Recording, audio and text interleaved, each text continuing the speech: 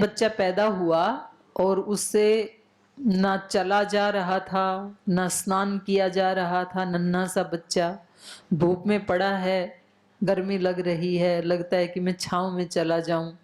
अम्मा उठा नहीं रही है उसको, प्यास लगी है, भूख लगी है, तो उसके नन्हे हाथों में इतनी जान है नहीं कि उठ करके वो फ्रिज में से पानी लेके पी ले, या घड़े में से पानी लेकर के पी ले, या दूध निकाल के पी ले।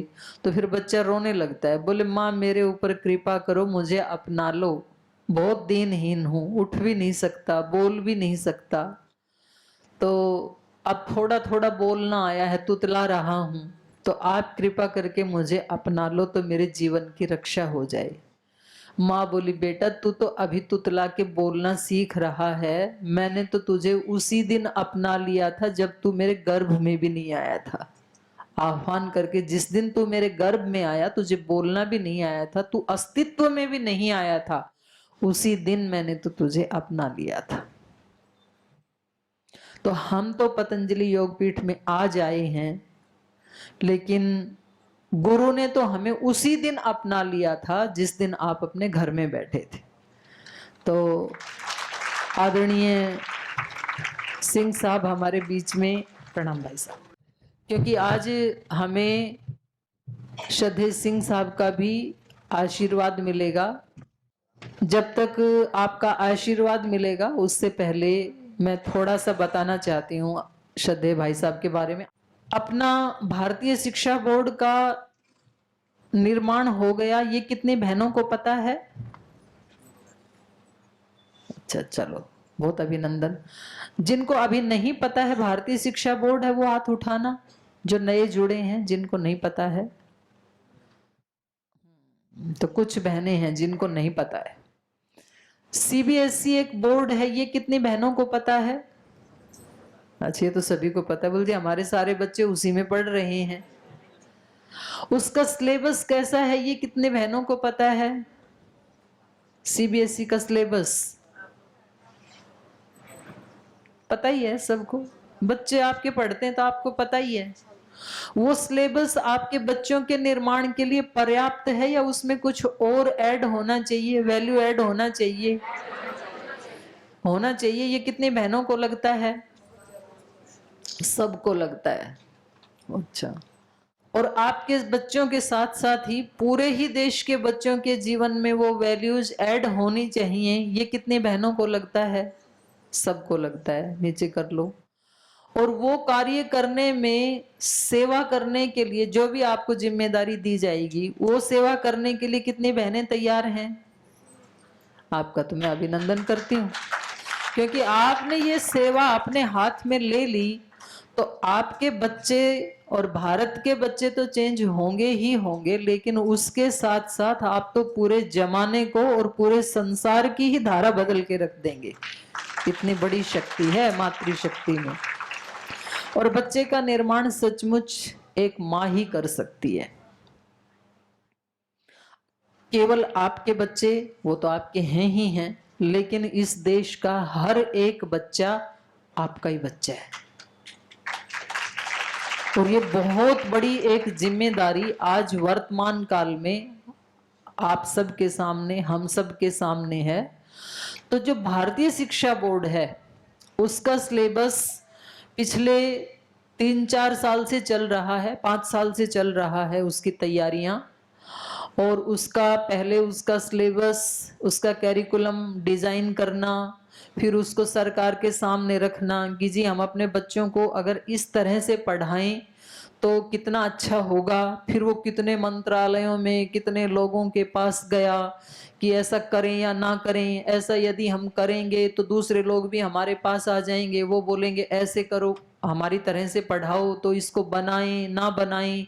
तो एक बहुत लंबा संघर्ष चला, क्योंकि प्रारंभ में लोगों को लग रहा था कि ये शायद सबको संस्कृत पढ़ाना चाहते हैं, ये सबको वेद पढ़ाना चाहते हैं, ये सबको एक वैदिक धर्म में लाना चाहते हैं, तो फिर भाई दूसरे धर्म वाले भी आ जाएंगे, जैन बौद्ध सिख सब आ जाएंगे, तो कितने बोर्ड बनाएंगे। ऐसे एक लंबा संघर्ष चला। लेकिन इसकी वास्तविकता ये है कि ये केवल इसमें संस्कृत पढ़ाने का विजन और मिशन नहीं है, केवल किसी एक ग्रुप विशेष की बातें बताने का इसका विजन और मिशन नहीं है। इस भारतीय शिक्षा बोर्ड का विजन और मिशन है कि जितने भी अपने महापुरुष हुए भारत में, चाहे वो आध्यात्मिक महापुरुष हुए, चाहे वो राष्ट्रभक्त हुए, शांत धर्मा भी हैं उसमें, क्रांत धर्मा भी हैं, और जो कुछ भी हमारा इतिहास रहा, गौरवशाली इतिहास रहा, उस सब के साथ अपने बच्चों को रूबरू कराया जाए। वो गौरव गाथा अपने बच्चों को बचपन में ही बताई जाए, और उसके साथ और क्या क्या स्किल हो सकती हैं साइंस में, टेक्नोलॉजी में, जिसमें आज श्रेष्ठतम किसी देश में अगर सिखाने के लिए कोई साइंस टेक्नोलॉजी है तो उसको भी साथ बच्चों को सिखाया जा सके। तो ऐसे एक, जिसको इंटीग्रेटेड शब्द कहते हैं ना आज की भाषा में, मतलब सब कुछ का एक सारांश, सब कुछ अच्छा अच्छा इकट्ठा करके और वो अपने बच्चों को पढ़ाया जाए, ऐसा एक कैरिकुलम पहले सरकार को भेजा गया। और सरकार ने फिर बहुत सारे संघर्ष के बाद 9 मार्च 2019 को केंद्र सरकार ने वो पारित करके दे दिया, और फिर 3 अगस्त 2022 में विधिवत उसका पूरा रिटर्न में अपने पास आ गया। और उस भारतीय शिक्षा बोर्ड के अध्यक्ष परम पूज्य श्रद्धेय स्वामी जी महाराज हैं, और उसमें कार्यकारी अध्यक्ष हमारे श्रद्धेय सिंह साहब हैं। और भाई साहब सीनियर आईएएस ऑफिसर रहे हैं। और उसमें भी सौभाग्य की बात यह कि जब गंगोत्री से उतर के पहली बार जब हरिद्वार में आए थे दिव्य योग मंदिर में, उस समय भाई साहब यहीं पोस्टेड थे, यहीं सेवाएं दे रहे थे हरिद्वार में। तो तब से आपका और गुरुदेव का, श्रद्धेय आचार्य जी का एक अनन्य प्रीति का संबंध है। और भाई साहब सेवा करते करते नोएडा, फिर दूसरी जगह, और जैसे ही उस सर्विस से जिस दिन रिटायर हुए उससे अगले ही दिन पूज्य गुरुदेव ने आदरणीय भाई साहब को फोन किया कि आजकल क्या कर रहे हैं। भाई साहब ने सोचा कि शायद मेरे को बधाई देने के लिए फोन आया होगा महाराज जी का, उनको पता लग गया होगा कि आज सेवानिवृत्त हुए हैं। लेकिन महाराज जी ने तो भगवान की प्रेरणा से फोन किया था। तो उन्होंने बताया कि कल ही तो सेवानिवृत्ति का फंक्शन था। तो गुरुजी ने बताया कोई सेवानिवृत्ति नहीं होती, अच्छे लोगों के लिए भगवान ने आपको बड़ी सेवा में लगाने के लिए वो सेवा से निवृत्त किया है। और बस उससे अगले ही दिन, क्योंकि जो ऐसे व्यक्तित्व होते हैं, ऐसे व्यक्ति होते हैं, भाई साहब का चलो एक जो सांसारिक दृष्टि से आईएएस की परीक्षा को तो सबसे सर्वोत्कृष्ट परीक्षा मानी जाती है, उससे ऊपर कोई परीक्षा नहीं है। और इतनी बड़ी पोस्ट के ऊपर आपने सेवाएं दी तो सांसारिक दृष्टि से तो उत्कृष्ट था ही था। पर मैं एक अलग स्पेशलिटी बताना चाहती हूँ कि जरूरी नहीं है कि हर बड़ा ऑफिसर, हर एक सीनियर आईएएस ऑफिसर एक ऋषि कोटि का जीवन भी जीता हो, एक आध्यात्मिक जीवन भी जीता हो, एक राष्ट्रभक्त और राष्ट्र धर्म की भावना भी उसके अंदर 100% जीवंतता से पल रही हो, ये आवश्यक नहीं है। लेकिन ये सारे गुण आदरणीय भाई साहब के अंदर हमने देखे। तो आप सिविल कपड़ों में भी जैसे कोई ऋषि होते थे तो वो जीवन आप जी रहे हैं। और बहुत ही ये हमारे लिए सौभाग्य की, गौरव की बात है कि 7-8 प्रांतों में अभी सरकारों ने, माने राज्य सरकारों ने भी एफिलिएशन दे दिया है उस बोर्ड का। यद्यपि उसमें आवश्यकता नहीं है हमें राज्य सरकारों से लेने की, क्योंकि केंद्र सरकार ने दे दिया तो डायरेक्ट भी शुरू कर सकते हैं। लेकिन तो भी उसको और ज्यादा मजबूत बनाने के लिए, वो पूरा तो भाई साहब बताएंगे, मैं तो सामान्य भाषा में बता रही हूं। तो सरकारों से, राज्य सरकारों से भी ले लिया। तो अब एक एक स्कूल से उसको जोड़ना, बोर्ड को, मतलब बताना स्कूलों में जाकर के। हर स्कूल वाले चाहते हैं, हर माँ बाप ये चाहते हैं कि हमारे बच्चे जो है ऐसी किसी संस्था में शिक्षा ग्रहण करें जहां उनकी नॉलेज के साथ साथ उनका कैरेक्टर भी सुरक्षित हो। ये कौन माँ बाप नहीं चाहता, सब चाहते हैं। आज तो चिंता ही माँ बाप को इस बात की है कि अगर बच्चों को पढ़ाने ना भेजें इनका करियर कैसे बनेगा, भेजें तो ये चिंता बनी रहती है कि शाम तक सुरक्षित आएगा या नहीं आएगा, बीच में ही कुछ हो जाएगा, कितनी चिंता होती है, और खास करके बहनों को, माता को।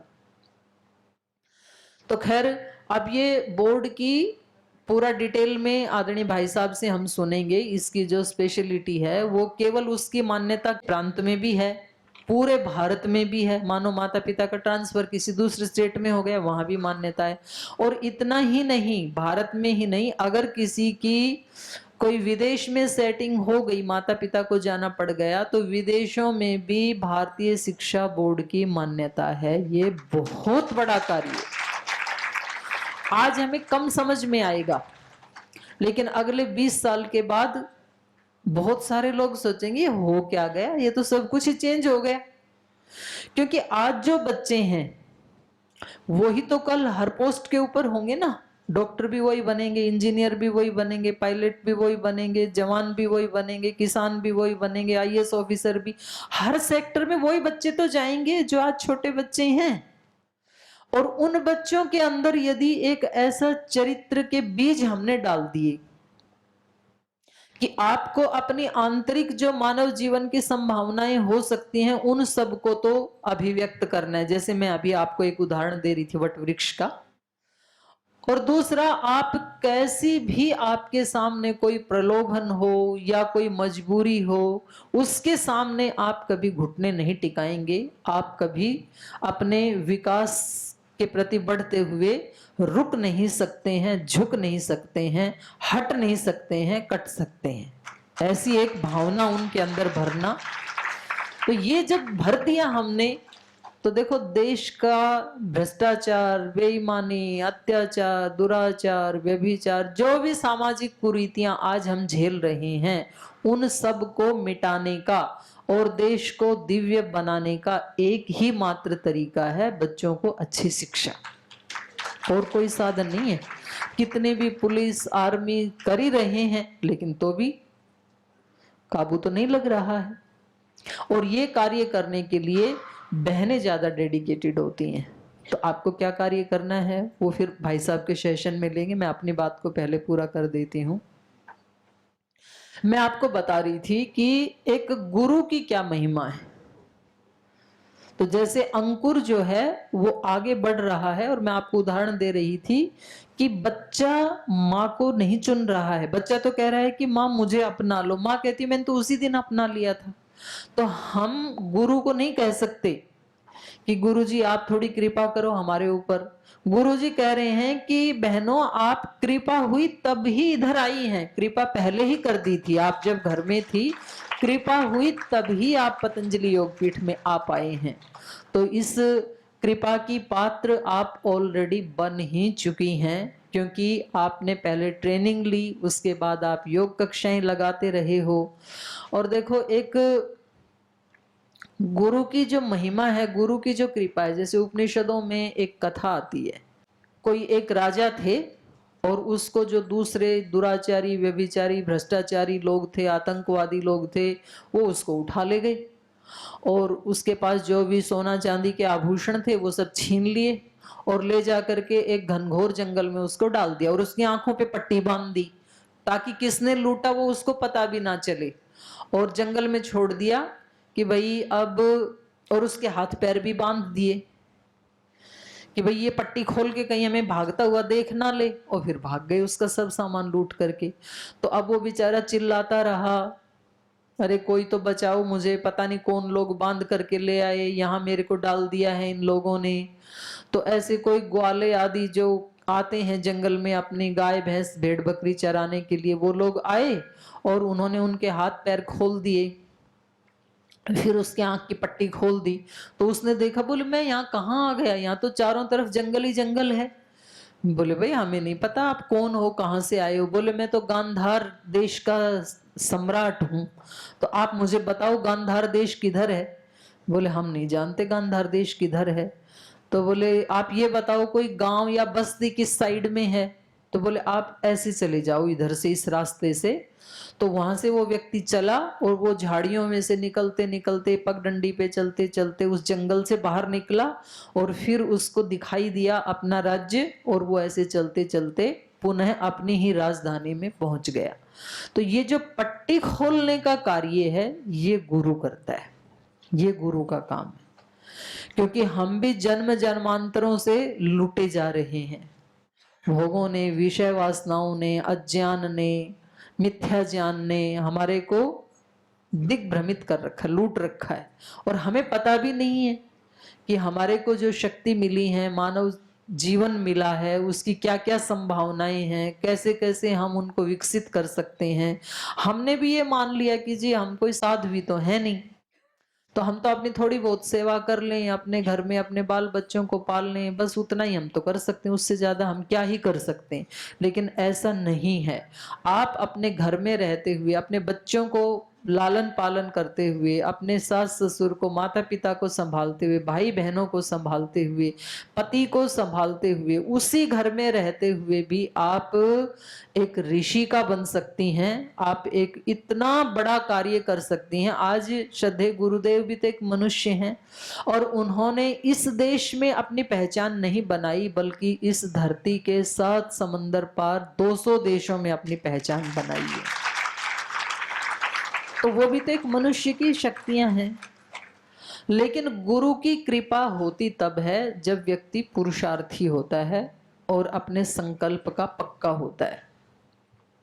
तो वो मैंने जैसे शुरू में बताया ना कि ग्रहणशीलता कई कैटेगरी है उसकी। तो जो बारूद की ग्रहणशीलता है वो अग्नि को तुरंत ग्रहण कर लेता है। तो ऐसी जिसकी ग्रहणशीलता है वो बहुत ही जल्दी उन्नति कर लेता है। फिर तो हमें इन 5 दिनों में अपनी श्रद्धा को, अपनी ग्रहणशीलता को, हम जो अगले सत्र हैं उनमें भी आपके साथ चर्चा करेंगे। देखो 2-3 चीजों को समझने की हमें अत्यंत आवश्यकता है। अपनी संभावनाएं, हमारी क्या क्या संभावनाएं हो सकती हैं, कहाँ पहुंच सकते हैं, कौन से लक्ष्य तक, कितनी पॉसिबिलिटी है, इसको जरूर चिंतन मनन हमें करना है इन 5 दिनों में। संभावनाएं क्या है हमारी। दूसरा, संगठन का स्वरूप। एक अकेले व्यक्ति की ताकत होती है, चाहे वो कितना भी बलवान क्यों ना हो, और एक समूह की ताकत होती है। इन दोनों को सोचना और उसको प्रयोग करना। एक अकेला सिंह भी जब बहुत सारे जंगली भैंसों से घिर जाता है ना, तो वो उसको मार गिराते हैं, जंगल का राजा होते हुए भी। कई वीडियो भी देखे होंगे आपने। और जो छोटी सी चींटी है ना, सबसे छोटा प्राणी, एक तो जंगल का राजा है लेकिन अकेला होने पर वो भी खतरे में पड़ जाता है। एक छोटी चींटी है जिसकी हम परवाह भी नहीं करते, चलते समय, बैठते समय कब दबेगी, कब मर जाएगी। लेकिन वो छोटी छोटी चींटियां जब इकट्ठी हो जाती हैं तो उनके बिल के ऊपर कौन माई का लाल है जो एक पैर रख सके। दूर से डरते हैं भाई, एक पैर रख दिया तो सब की सब ऊपर चढ़ जाएंगी और खा जाएंगी। मधुमक्खी भी छोटा सा ही प्राणी है, लेकिन किसकी मजाल जो उनके घर में हाथ लगा दे, क्योंकि वो एकत्रित हैं, संगठित हैं। तो संगठन में कितनी बड़ी शक्ति होती है, संगठन का स्वरूप क्या है, ये हमें समझना है। आप अपने घर में रह रही हैं, ठीक है, आप पुरुषार्थी भी हैं, आपके अंदर उतनी ही अकल भी है, आप उतनी ज्यादा योगिनी भी हैं, लेकिन आप किसी संगठन से जुड़ी नहीं है। आपके ऊपर यदि कोई आंच आती है, यदि कोई आपत्ति आती है, तो ठीक है, आपके घर वाले उसका विरोध करेंगे, 2-4 लोग करेंगे, उसमें भी हो सकता है 2-4 लोग खुश हो जाएंगे, ठीक है ये हमारे साथ रोज झगड़ा करती थी, आज इसके साथ ऐसे हुआ तो अच्छी बात है, इसको दंड मिल गया। तो 2-4 लोग आपके साथ खड़े होंगे। लेकिन आज जब आप पतंजलि योगपीठ में आ गए हैं तो आप 20 लाख बहनों के संगठन की एक सदस्य बन गई हैं। अब अगर कोई व्यक्ति आपकी तरफ एक उंगली भी ऐसे करेगा तो 20 लाख 40 लाख मुक्के उसके ऊपर तन जाएंगे। 2 हाथ है ना, तो ये संगठन की शक्ति है। अब आपको गर्व की फीलिंग होगी कि मैं एक बहुत बड़े परिवार की एक सदस्य बन गई हूं। तो हमें संगठन के बारे में जानना है, अपनी पॉसिबिलिटी के बारे में जानना है, फिर गुरु की महिमा के बारे में जानना है कि गुरु की कृपा से जो कार्य हम कई जन्म जन्मांतरों में बहुत सारा पुरुषार्थ करके प्राप्त कर पाते, वो हमारा कार्य गुरु की कृपा से कई जन्मों का कार्य कुछ क्षणों में संपन्न हो जाता है। अर्जुन को वो कार्य युद्ध के मैदान में संपन्न हो गया। जब तक उसके अंदर श्रद्धा नहीं थी भगवान कृष्ण के प्रति, एक ग्रहणशीलता का भाव नहीं था। बचपन से अर्जुन और कृष्ण साथ साथ ही तो उठते बैठते थे, साथ साथ खाना खाते थे, साथ साथ बैठते थे, बातचीत करते थे, लेकिन भाव क्या था? ठीक है, ये मेरा एक बुआ का लड़का है, रिश्तेदार है। उनके मन में भी ये था, अर्जुन के मन में भी, ठीक है ये एक हमारे कुटुंब का व्यक्ति है। तब तक उनको मोह नष्ट नहीं हुआ, उनको इस संसार में विराट रूप के दर्शन नहीं हुए। अर्जुन को कब हुए? जब अर्जुन कृष्ण की शरण में शिष्य भाव से आया। शिष्यस्ते हम शाधि माम त्वाम प्रपन्नम, ऐसे द्वितीय अध्याय में आता है गीता के। द्वितीय अध्याय में जब उसने देखा कि भाई मेरा काबू नहीं चल रहा है, मेरे सामने जो मेरे संबंधी हैं इनके साथ युद्ध करना है, मेरे तो हाथ पैर कांप रहे हैं, पसीने छूट रहे हैं, मुख सूखा जा रहा है, तो उन्होंने कहा अब आपकी शरण में हूं, आप ही बचाओ मेरे को। शिष्यस्ते हम, शिष्य शब्द का जैसे ही प्रयोग किया तो भगवान कृष्ण ने तुरंत डोर संभाल ली कि ये सब क्यों हो रहा है आपको? बोले शौक के कारण हो रहा है। बहुत लोगों को मारा है, पहली बार धनुष हाथ में नहीं उठाया, इसी धनुष ने बहुत लोगों की जान ली है, आतताइयों की, लेकिन आज सामने अपने संबंधी हैं तो इसलिए हाथ पैर कांप रहे हैं। तो ये मोह कैसे नष्ट करूं मैं? अर्जुन ने भी सरल था, अर्जुन को अर्जुन कहते ही इसलिए हैं, रिजु धातु से अर्जुन शब्द की निष्पत्ति होती है, जो सरल है। अर्जुन ने बहाना नहीं मारा कोई कि जी पता नहीं अंदर से बीपी लो हो गया कि हाई हो गया कि कहीं आईसीयू में ले चलो, मुझे तो नहीं पता, हाथ पैर क्यों कांप रहे, ऐसे नहीं बोला अर्जुन ने। अर्जुन बोले मोह पैदा हो गया अंदर और अपनों को मारने के लिए शोक पैदा हो गया, तो आप गुरु बन करके मेरे मोह और शोक का नाश करें ताकि मैं इससे बाहर निकल सकूं। और एक जन्म में यदि गुरु हमारे मोह और शोक का नाश कर देते हैं यदि इस जन्म में, तो सदा सदा के लिए हम उन चीजों से मुक्त हो सकते हैं। ये कितनी बड़ी अपॉर्चुनिटी हमारे सामने। माने इस जन्म में, इस शिविर में, इन 5 दिनों में यदि हम इन चीजों से मुक्त हो गए, कितनी बड़ी उपलब्धि है, जन्म जन्मांतरों की, सदा सदा के लिए मुक्त हो गए। तो फिर भगवान कृष्ण ने समझाना शुरू किया कि भाई ये सब मरे हुए हैं, इनको मैंने ही मार रखा है, तेरे जन्म हो चुके हैं, मेरे जन्म हो चुके हैं, संसार में जो कुछ श्रेष्ठ दिखे वहां मैं ही मैं हूं, मैं कोई मनुष्य नहीं हूं, ऐसे ऐसे समझाया। तो बोल जी मेरे कुछ समझ में नहीं आ रहा, आप क्या कह रही हैं? बोले ऐसे समझ में नहीं आएगा, मैं तेरे को दिव्य दृष्टि दूंगा तब समझ में आएगा, इन आंखों से नहीं समझ में आने वाला है। तो दृष्टि चेंज होती है, क्योंकि पता नहीं आंखें तो सबकी एक ही जैसी हैं लेकिन दृष्टि सबकी एक जैसी नहीं है। कभी हमारी गुस्से वाली दृष्टि होती है, कभी प्रीति वाली दृष्टि होती है, एक भक्त की दृष्टि होती है, एक अहंकार की दृष्टि होती है, एक लोभ की दृष्टि होती है, तो एक कुदृष्टि होती है जब विकारों से युक्त होती है। तो दृष्टि तो बहुत, एक करुणा की दृष्टि होती है, एक हर्ष की दृष्टि, बहुत दृष्टि होती है। इन सब में उत्कृष्ट होती है दिव्य दृष्टि। जब सब जगह दिव्यता दिखाई दे, भगवान का ही स्वरूप दिखाई दे, ये तो योगी जनों को दिखाई देता है। जैसे हमारे परम पूज्य गुरुदेव को सब जगह क्या दिखाई देता है? दिव्यता ही दिखाई देती है।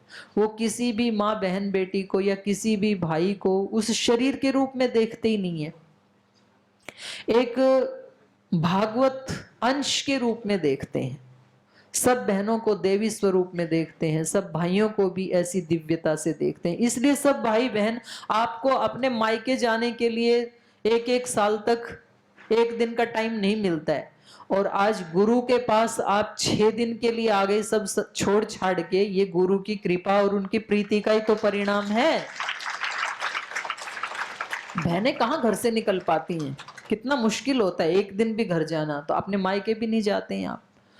तो फिर लास्ट में जाके अर्जुन ने बोला, उनको जब दिव्य दृष्टि मिल गई तो फिर बोला नष्टो मोह स्मृतिर लब्धा त्वत् प्रसादान मयाच्युत स्थितोस्मि गत संदेह करिष्ये वचनम तव। ऐसी दृष्टि मिल गई, बोली चित्त नहीं डोल रहा है, स्थितोस्मि, कोई संदेह नहीं है कि इनको मारूं कि ना मारूं, गत संदेह है, कोई संदेह नहीं है, बिल्कुल क्लियरिटी आ गई है क्योंकि आत्मा में स्थित हो गया। तो ये सारा का सारा उपदेश युद्ध के मैदान में दिया गया। तो एक तरफ अर्जुन की ग्रहणशीलता, दूसरी तरफ गुरु की कृपा। तो मैं ये कह रही थी कि गुरु की कृपा इतनी महान होती है कि कई जन्मों का कार्य कुछ घंटों और कुछ क्षणों में निष्पन्न हो जाता है। स्वामी विवेकानंद जी को बहुत सारे प्रश्न थे, बहुत सारे डाउट थे। रामकृष्ण परमहंस ने एक अंगूठा लगाया उनको और बोल जी पता नहीं क्या चेंज हुआ, वो एक कौन सी एनर्जी आई, कौन सा मेरे अंदर एक प्राण ऊर्जा का आदान हो गया, तो वो तो व्यक्तित्व ही चेंज हो गया। इसको कहते हैं गुरु की कृपा। तो ऐसे कितने उदाहरण हैं हमारे सामने, छत्रपति शिवाजी महाराज से लेकर के, अर्जुन से लेकर के, पूज्य स्वामी विवेकानंद जी से लेकर के, महर्षि दयानंद से लेकर के। और ये गुरु परंपरा, देखो गुरु कोई व्यक्ति नहीं होता है, ये स्वयं आप परम पूज्य गुरुदेव से भी इस बारे में सुनेंगे और हमने भी ऐसे फील किया है, आप सब ने भी ऐसे फील किया है। गुरु कोई व्यक्ति नहीं होता है। गुरु के मतलब मैं किसी व्यक्ति की प्रशंसा या उनके प्रति श्रद्धा करने के लिए आपको कह रही हूं या किसी धर्म विशेष के प्रति, ऐसा नहीं है। वो एक शक्ति है और वो एक बहुत लंबी चेन है, ब्रह्मा से लेकर के और आज पर्यंत हमारे परम पूज्य गुरुदेव तक। तो वो इतनी पावरफुल होती है, उसमें इतनी शक्ति होती है कि वो उसके प्रति यदि हमारी श्रद्धा है, हमारे अंदर पवित्रता है, हमारे अंदर ग्रहणशीलता है, तो फिर हमारे कई जन्म जन्मांतरों का कार्य कुछ ही दिनों में और घंटों में निष्पन्न हो जाता है। तो हम इन सब विषयों के ऊपर अगले 5 दिन में चर्चा करेंगे। गुरु की क्या महिमा है, संगठन की क्या महिमा है, हमारी क्या संभावनाएं हैं। तो आज हमने, क्योंकि श्रद्धेय भाई साहब तो उसका सिलेबस भी बन चुका है, अब तो पुस्तकें भी तैयार हो चुकी हैं, मैं करिकुलम की बात कह रही थी। और कितने स्कूलों में हमारा अभी शुरू हो गया भाई साहब, 25-30 कितने 30 स्कूलों में तो अभी शुरू भी हो चुका है भारतीय शिक्षा बोर्ड, और रिजल्ट भी आ चुका है ना, 2 बार रिजल्ट आ चुका है। तो ये इतना बड़ा कार्य अब देश में निष्पन्न होने वाला है। पहले योग की क्रांति हुई पतंजलि योग पीठ से, फिर आयुर्वेद की क्रांति हुई, फिर स्वदेशी की क्रांति हुई, और ये चौथी महाक्रांति अब शिक्षा की होने वाली है। और हमारा सौभाग्य कि हम इसके साक्षी हैं और हम इसके कार्यकर्ता हैं।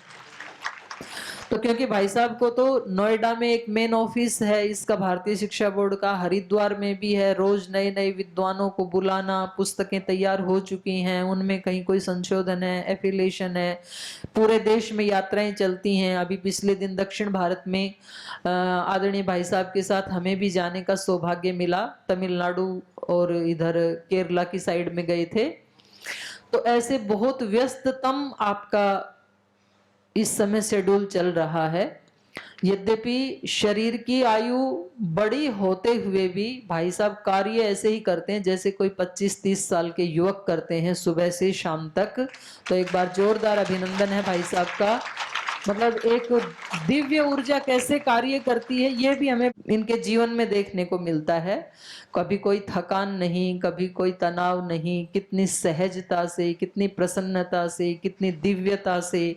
तो हमने निवेदन किया कि भाई साहब आप थोड़ा बहनों को भी बताएंगे तो ये जाके अपने जिलों में, तहसील में, स्कूलों में उसका थोड़ा प्रचार प्रसार करेंगी, दूसरे अध्यापकों को भी बताएंगी, अपने बच्चों के लिए भी इसमें जाकर के सेवा करेंगी।